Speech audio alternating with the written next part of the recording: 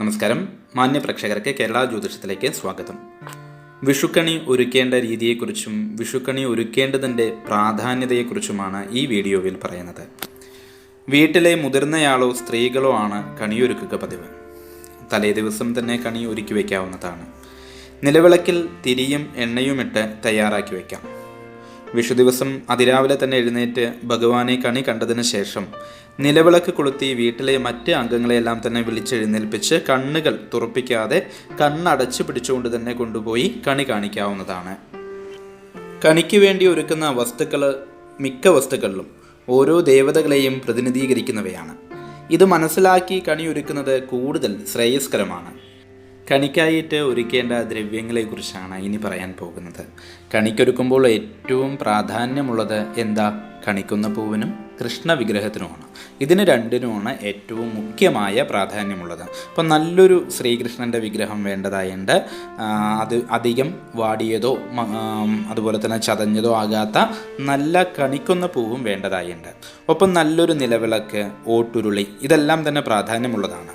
അതുപോലെ തന്നെ ഒരു നാളികേരം വേണം, നല്ലൊരു കണിവെള്ളരി വേണം, ഉണക്കലരി, നെല്ല്, അതുപോലെ തന്നെ പലതരത്തിലുള്ളതായിരിക്കുന്ന പഴങ്ങളും ഇതിനോടൊപ്പം വയ്ക്കാം. ചക്ക, മാങ്ങ, കദളിപ്പഴം തുടങ്ങിയ ധാരാളം പഴങ്ങൾ ഇതിനോടൊപ്പം വയ്ക്കാവുന്നതാണ്. നല്ലൊരു കോടിമുണ്ട് വേണ്ടതായുണ്ട്. നാണയങ്ങൾ വേണം. സ്വർണ്ണ നാണയങ്ങളാണെങ്കിൽ അത്യുത്തമമായി. ഗ്രന്ഥം വേണ്ടതായുണ്ട്. കുങ്കുമം വേണം. വെറ്റില, അടയ്ക്ക, ഓട്ടുകിണ്ടി, വെള്ളം, ഇതെല്ലാം തന്നെ കണി കാണുവാൻ വേണ്ടിയിട്ട് വേണ്ടതായുണ്ട്. കണിയൊരുക്കുന്ന സ്ഥലങ്ങളിൽ ഞാൻ നേരത്തെ പറഞ്ഞതുപോലെ പല സ്ഥലങ്ങളിലും പല രീതിയിൽ ഒരുക്കാറുണ്ട്. ഇവിടെ പറയുന്നത് ഓട്ടുരുളിയിൽ കണിയൊരുക്കുന്ന വിധമാണ്. നല്ലപോലെ തേച്ച് വൃത്തിയാക്കിയ ഓട്ടുരുളിയിൽ പകുതിയോളം ഉണക്കലരിയും നെല്ലും കൂടി ചേർത്ത് വയ്ക്കാവുന്നതാണ്. അതിൽ നാളികേരം രണ്ടായി മുറിച്ചിട്ട് മലർത്തി വയ്ക്കാം. ഈ നാളികേര മുറിയിൽ അല്പം ഓട്ടുകിണ്ടിയിൽ നിന്നും ജലമെടുത്തിട്ട് നിറച്ചതിന് ശേഷം അതിൽ തുളസിപ്പൂവും തെച്ചിപ്പൂവും കൂടി ചേർത്ത് വയ്ക്കാവുന്നതാണ്. ചില സ്ഥലങ്ങളിലെ ആളുകൾ ഈ നിലവിളക്കിലെ എണ്ണ ഒഴിച്ചിട്ട് കത്തിക്കാറ് പതിവുണ്ട്. അതിനേക്കാൾ കുറച്ചുകൂടി നന്നായിരിക്കും ജലം നിറച്ച് അതിൽ ഈ പ്രകാരം തുളസിയും തെച്ചിയും വയ്ക്കുന്നത്. ഇതിനോടൊപ്പം തന്നെ കണിവെള്ളരിക്ക വയ്ക്കാം.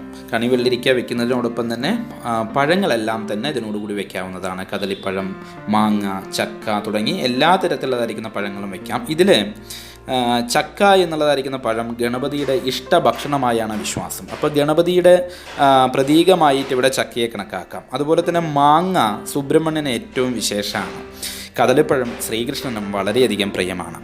ഇതിനോടൊപ്പം തന്നെ ഭഗവതിയുടെ പ്രതീകമായ വാൽക്കണ്ണാടി കൂടി വയ്ക്കാവുന്നതാണ്. ഭഗവതിയുടെ സ്ഥാനമാണ് വാൽക്കണ്ണാടിക്കെങ്കിൽ കൂടി കണി കാണുന്നതിനോടൊപ്പം ഭഗവാനെ കണി കാണുന്നതിനോടൊപ്പം തന്നെ സ്വന്തം മുഖവും കൂടി കണി കണ്ട് ഉണരണം എന്നുള്ളതായിരിക്കുന്ന പഴമക്കാരുടെ ചൊല്ല് പ്രകാരമാണ് കണ്ണാടിക്ക് കൂടി അവിടെ പ്രഥമ സ്ഥാനം വന്നിരിക്കുന്നത് എന്നാണ് വിശ്വാസം.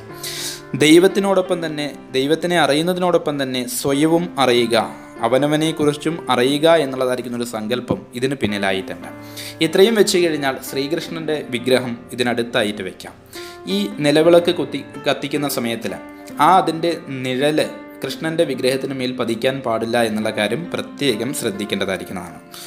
കൃഷ്ണ വിഗ്രഹം വെച്ചതിൻ്റെ തൊട്ടടുത്തായിട്ട് ഒരു താലത്തിൽ കോടിമുണ്ടും ഗ്രന്ഥവും നാണയത്തുട്ടുകളുമെല്ലാം തന്നെ വയ്ക്കാം. നാണയത്തുട്ടുകൾക്ക് പകരം സ്വർണ്ണ നാണയങ്ങൾ വയ്ക്കുന്നത് വളരെയധികം വിശേഷമാണ്. ഇതിനോടൊപ്പം കുങ്കുമച്ചെപ്പും വയ്ക്കാറുണ്ട്. അത് ഈ നാണയത്തുട്ടുകൾ വയ്ക്കുന്നത് വെറ്റിലയ്ക്കും പാക്കിനും ഒപ്പം വേണം വയ്ക്കുവാൻ. ലക്ഷ്മി ദേവിയുടെ പ്രതീകമാണ് സ്വർണ്ണ നാണയങ്ങൾ. എല്ലാ ദേവതമാരും ഉള്ളതാണ്, എല്ലാ ദേവതമാരും വസിക്കുന്നതാണ് താമ്പൂലം അഥവാ വെറ്റിലയിൽ. ഈ ഗ്രന്ഥം സരസ്വതി ദേവിയാണ് പ്രതിനിധീകരിക്കുന്നത്. കണി കാണുന്ന വസ്തുക്കൾക്കൊപ്പം പച്ചക്കറികളും വയ്ക്കുന്ന ആളുകളും ധാരാളമുണ്ട്. പ്രത്യേകിച്ച് കാർഷിക രംഗത്തുള്ളതായിരിക്കുന്ന വ്യക്തികൾ പച്ചക്കറി കണി കാണുന്നത് വളരെയധികം നല്ലതാണ്.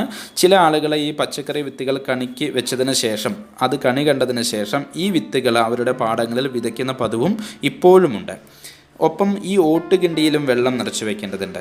ജീവൻ്റെയും പ്രപഞ്ചത്തിൻ്റെയും ആധാരമായ ജലം കണ്ണിൽ തൊട്ടതിന് ശേഷം വേണം കണി കാണേണ്ടത്. അപ്പോൾ കണ്ണടച്ചു പിടിച്ചുകൊണ്ട് പൂജാ റൂമിലെത്തിയതിന് ശേഷം കണ്ണ് തുറക്കാതിരിക്കാൻ വേണ്ടിയിട്ട് പറയുക മറ്റംഗങ്ങളോട്. അതിനുശേഷം ഈ ഓട്ടുരുളിയിലെ ജലം സ്വല്പം കയ്യിലെടുത്ത് അവരുടെ കണ്ണുകളിൽ സ്പർശിച്ചതിന് ശേഷം കണി കാണുവാൻ വേണ്ടിയിട്ട് പറയുന്നത് വളരെയധികം വിശേഷമാണ്. വിഷുക്കണി കണ്ടു കഴിഞ്ഞതിന് ശേഷം കൈനീട്ടം നൽകണം. വീട്ടിലെ മുതിർന്ന വ്യക്തികളിൽ നിന്നും കൈനീട്ടം ബഹുമാന പുരസ്സരം സ്വീകരിച്ച് അവരുടെ കാൽ തൊട്ട് വന്നിച്ച് അനുഗ്രഹം നേടിയാൽ അടുത്ത ഒരു വർഷക്കാലത്തേക്ക് സാമ്പത്തികമായും ശാരീരികമായും മാനസികമായുമെല്ലാം തന്നെ എല്ലാ തരത്തിലുള്ളതായിരിക്കുന്ന ഐശ്വര്യങ്ങളും വന്നു ചേരുമെന്നാണ് വിശ്വാസം. നന്ദി, നമസ്കാരം.